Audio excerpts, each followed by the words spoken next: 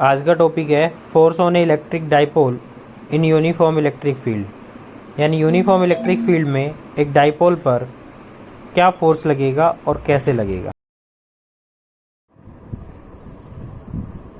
Next topic अपन discuss करेंगे force on a electric dipole in electric field. क्या? Force on a electric dipole in electric field. Force on electric dipole on in uniform electric field. Uniform electric field में dipole पर कैसे force लगेगा, है ना। तो अपन एक डाइपोल लेते हैं। Dipole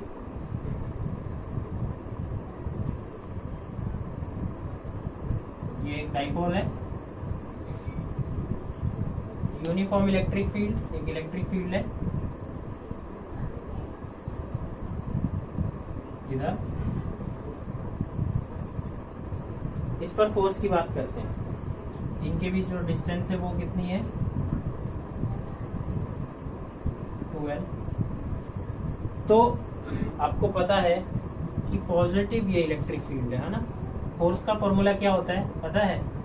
F is equal to Q into E। Force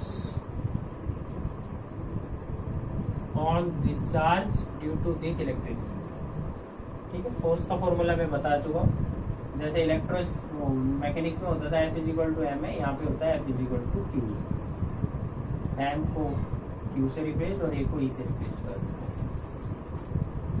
अब देखो, पॉजिटिव चार्ज पर फोर्स इलेक्ट्रिक फील्ड के डायरेक्शन में लगेगा। मान लिया इस चार्ज को बोल दिया A, तो ये फोर्स लगा FA। सही है। पॉजिटिव चार्ज पर फोर्स इलेक्ट्रिक फील्ड के डायरेक्शन में लगेगा और नेगेटिव चार्ज पर फोर्स जो है वो इलेक्ट्रिक फील्ड के अपोजिट डायरेक्शन। सिंपल फिनोमिना ही है। नेगेटिव चार्ज पर फोर्स इलेक्ट्रिक फील्ड के अपोजिट और पॉजिटिव चार्ज पर फोर्स इलेक्ट्रिक फील्ड के डायरेक्शन। इस चार्ज को बोला P, तो इसको बोल दिया F। तो डाइपोल पर नेट फोर्स देखते हैं। तो FA क्या होगा? FA होगा Q इंटू E और इधर लग रहा है तो इसको बोल देंगे I कैप। तो ये तो हो गया मैग्नीट्यूड और ये हो गया डायरेक्शन। सही है। FB नेगेटिव चार्ज पर फोर्स, तो ये क्या है? फोर्स ऑन प्लस Q और नेक्स्ट लिख देंगे क्या?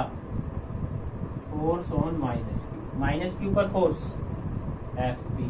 FB क्या होगा? Q into A magnitude into direction. तो FB क्या होगा बच्चों? Minus QE I cap. इसको बोला इक्वेशन 1, इसको बोला इक्वेशन। नेट फोर्स कितना हुआ? तो F net is equal to FA plus FB। FA कितना? QE I cap. सही है। और ये माइनस QE I कैप। तो F नेट कितना आया भैया? 0। यानी कि एक नोट डाल के लिख सकते हैं सिंपल।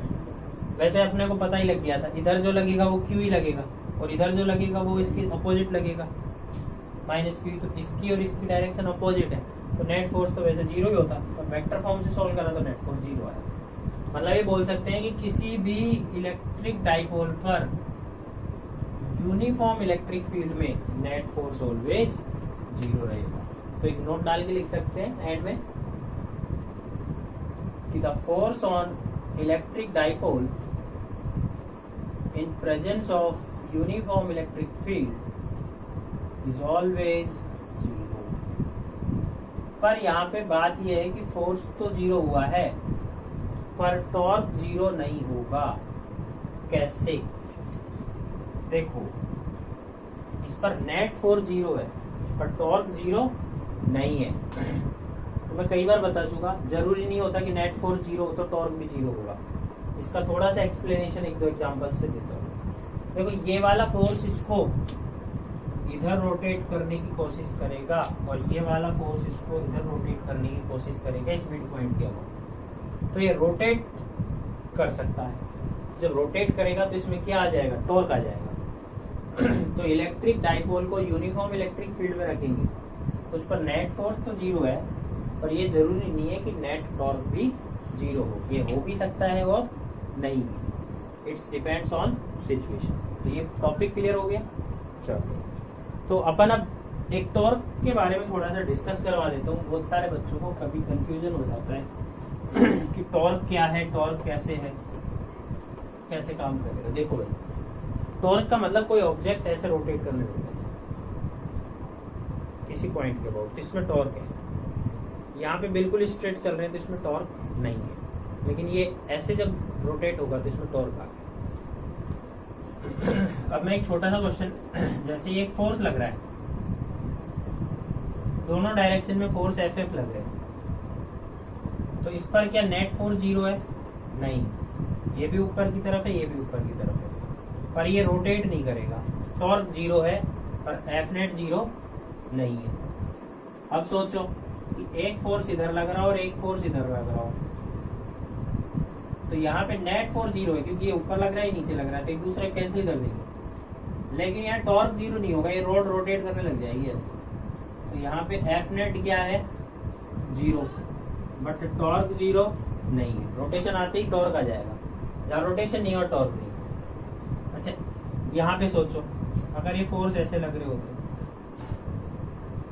ये भी एफ, ये भी एफ, जस्ट ऑपोजिट, बिल्कुल ठीक एक ही पॉइंट पे, तो यहाँ पर एफ नेट भी जीरो है और टॉर्क भी जीरो है। ये गजब की बात है। ऐसे लाइक रोटेट नहीं करेगा, लेकिन अगर हम थोड़ा सा आगे पीछे हो जाए फोर्स को लेकर तो रोटेट करने लग जाएगा। ठीक है, एक फोर्थ सिचुएशन लेता हूँ। ये 2F है और ये F है, तो यहाँ पर F नेट तो जीरो नहीं है पर टॉर्क जीरो है, अभी भी रोटेट नहीं करेगी, फोर्स जस्ट ऑपोजिट लगे। कहने का मतलब टॉर्क में और फोर्स में ऐसा कुछ नहीं है कि sir force net force zero हो तो टॉर्क भी जीरो हो। यहाँ पे देखो F नेट जीरो है और टॉर्क जीरो नहीं है, यहाँ पे F नेट जीरो है, टॉर्क भी जीरो है। यहाँ पे F नेट जीरो नहीं है पर टॉर्क जीरो है, यहाँ पे F नेट जीरो नहीं है पर टॉर्क जीरो। कहने का मतलब मल्टीमोर सिचुएशंस हो सकती है टॉर्क और फोर्स में। तो कई बार बच्चा कंफ्यूज हो जाता है कि सर नेट फोर्स जीरो होगा तो टॉर्क कैसे होगा? अरे हो सकता है भाई। तो ये एक बहुत इंपॉर्टेंट कॉन्सेप्ट है। इसी के साथ इस लेक्चर को फिनिश करते हैं, नेक्स्ट लेक्चर कल डिस्कस करेंगे अपन। Thank you.